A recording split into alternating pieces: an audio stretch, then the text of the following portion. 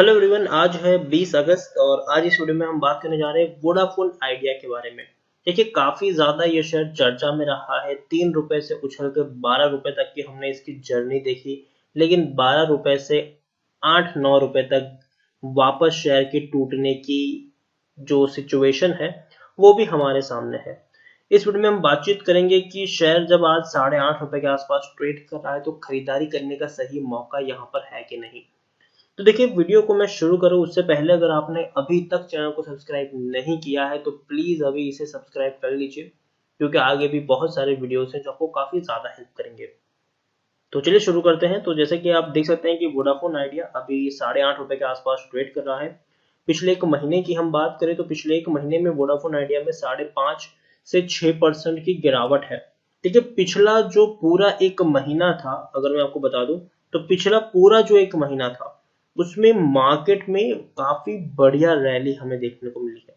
काफी बढ़िया रैली देखने को मिली है।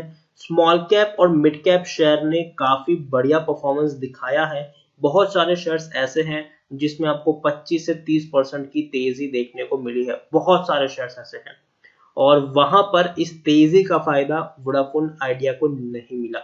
क्यों? क्योंकि ये वो शेयर है जो न्यूज बेस पर ट्रेड करता है। अगर अच्छी खबर आ गई तो तेजी है, वरना शेयर में गिरावट है। क्योंकि फंडामेंटली अगर हम देखें तो वोडाफोन आइडिया बिल्कुल भी स्ट्रांग नहीं है। 5.5 से 6% की गिरावट हम देख चुके हैं। यहाँ पर एक साल में अगर हम देखें तो 45% का ग्रोथ भी देख चुके हैं। 3 रुपए तक ये शेयर अवेलेबल था, एक बड़ी रैली आ गई, शेयर उछल गया, सीधा 12 रुपए तक पहुंच गया।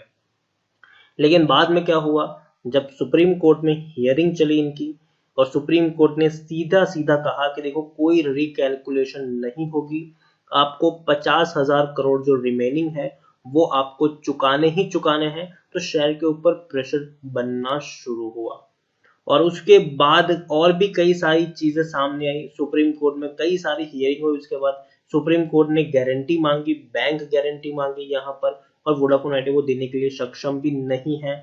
कितना साल का वक्त दिया जाएगा उसके बारे में अभी चर्चा चल रही है कि भैया पैसा तो चुकाना ही है। अब कितने साल में ये पैसा चुकाएंगे, अब उसको लेकर सवाल है यहाँ पर, उसको लेकर हियरिंग में बातचीत होनी है। और आप देख रहे हैं कि कंटिन्यूअस यहाँ पर प्रेशर क्रिएट हो रहा है इस शेयर के ऊपर। अगर रैली आ भी जाती है तो वापस ये गिरावट की तरफ जाता है ये शेयर। तो सोचो, यहाँ पर जो लोग ट्रैप हो चुके हैं उनकी हालत काफी ज्यादा खराब यहाँ पर ऑलरेडी हो चुकी है। पिछले 3 साल की मैं बात करूँ तो पिछले 3 साल में इसमें 85% की गिरावट है। 70 रुपए के लेवल से शेयर कंटिन्यूअस टूटा है। बीच में अगर रैली आई है तो वो शॉर्ट टर्म की रैली है, वापस ये शेयर नीचे आपको गिरता हुआ देखने को मिल ही रहा है।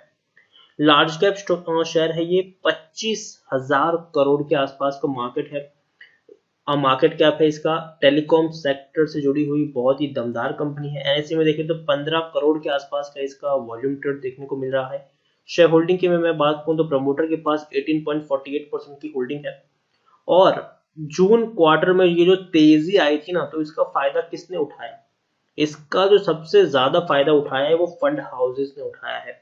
Mutual fund, FIIs, insurance company, हर किसी ने बिकवाली की है। यहाँ पर 7.19% की होल्डिंग एफआईज के पास है, 2.75% की होल्डिंग म्यूचुअल फंड के पास है, 0.57% की होल्डिंग इंश्योरेंस कंपनीज के पास देखने को मिल रही है। प्रमोटर यहाँ पर ग्रासिम इंडस्ट्रीज है, 11.55% की होल्डिंग के साथ, एक भी शेयर गिरवी नहीं है।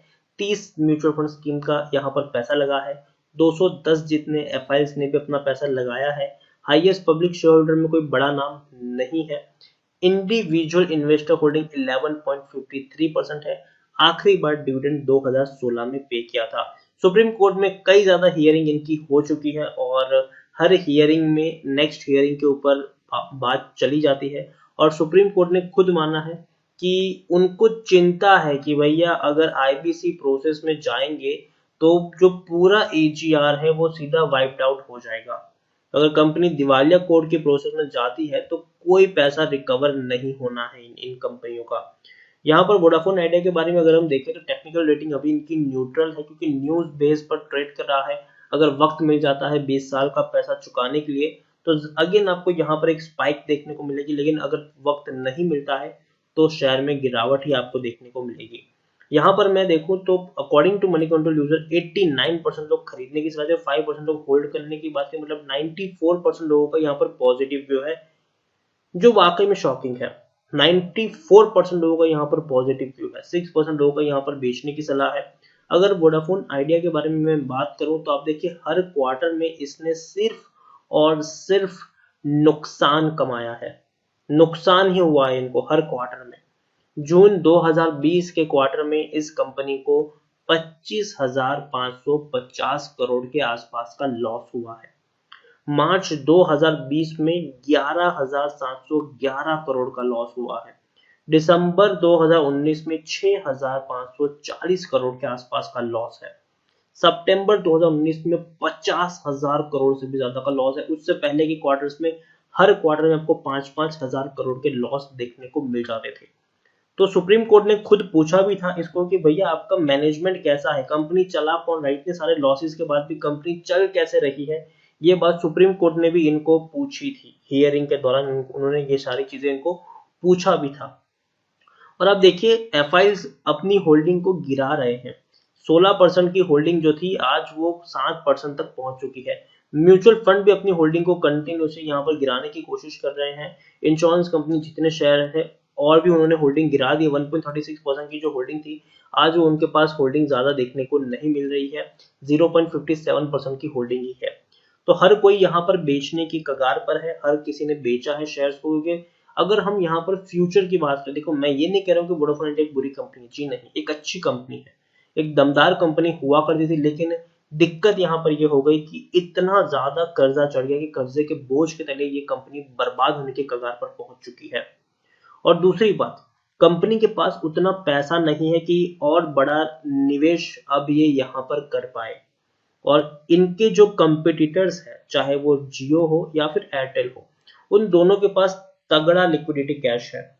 तो वो क्या करेंगे, यूजर को अट्रैक्ट करने के लिए कोई ना कोई नई स्कीम निकालेंगे जिससे और नए यूजर्स उनमें उनके साथ जुड़ जाए, सब्सक्राइबर बेस उनका स्ट्रांग हो जाए। और वोडाफोन आइडिया आप हर रोज पढ़ रहे होंगे, आप हर बार पढ़ रहे होंगे, कब आप पढ़ रहे होंगे कि हर क्वार्टर्स में, हर महीने वोडाफोन आइडिया के जो यूजर्स हैं वो उनको छोड़कर बाकी नेटवर्किंग में जा रहे हैं, बाकी नेटवर्क्स में स्विच कर रहे हैं।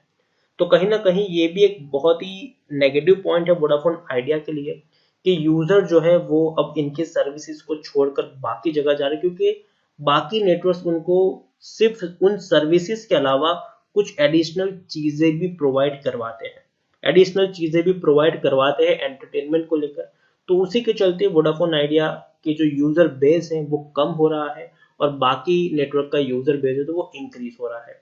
दूसरी चीज, वोडाफोन आइडिया के ऊपर कर्जा बहुत है, 50, अभी भी 50,000 करोड़ रुपए इनको चुकाने हैं। आप देखिए वोडाफोन आइडिया का जो बैलेंस है वो भी 50,400 करोड़ रुपए अभी भी इनको चुकाने हैं, अभी भी इतना बड़ा पैसा इनको चुकाना है।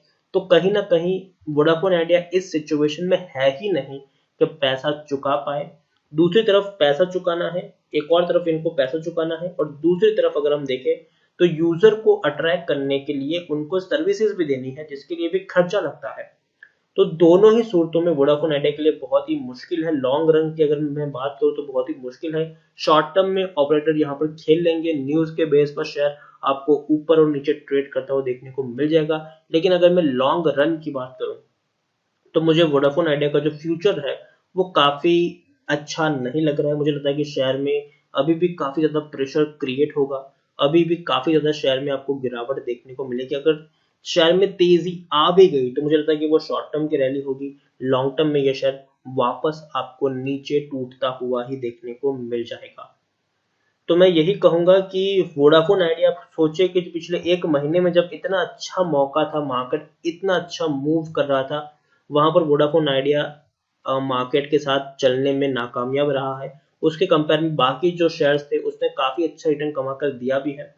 तो मैं यही कहूंगा कि न्यूज के बेस पर ये शेयर चल रहा है, अच्छी न्यूज आएगी तो ऊपर जाएगा, पूरी अगर और न्यूज नहीं आएगी तो तब तक नीचे भी ये शेयर टूटता हुआ देखने को मिलेगा कंटिन्यूअसली। ऑपरेटर काफी मात्रा में यहाँ पर इसको ऊपर और नीचे लाने का काम करते हैं। तो रिटेल निवेशकों को मैं यहाँ से अवॉइड करने की ही सलाह दूंगा। भले शेयर आपको काफी ज्यादा ललचाए लेकिन मैं यही कहूंगा कि अवॉइड करें यहाँ पर, एक बड़ा पैसा कभी भी यहाँ पर ना लगाए और इससे दूर रहेंगे तो ही आपका फायदा होगा। तो इसी के साथ वीडियो को एंड करूंगा। अगर आपको वीडियो पसंद आया हो तो प्लीज इसे लाइक करें, शेयर करें। अगर आप चैनल पर पहली बार आए तो प्लीज सब्सक्राइब करें। वोडाफोन आइडिया के बारे में आप क्या सोचते हैं वो भी आप मुझे कमेंट में लिखकर बता सकते हैं। Thank you.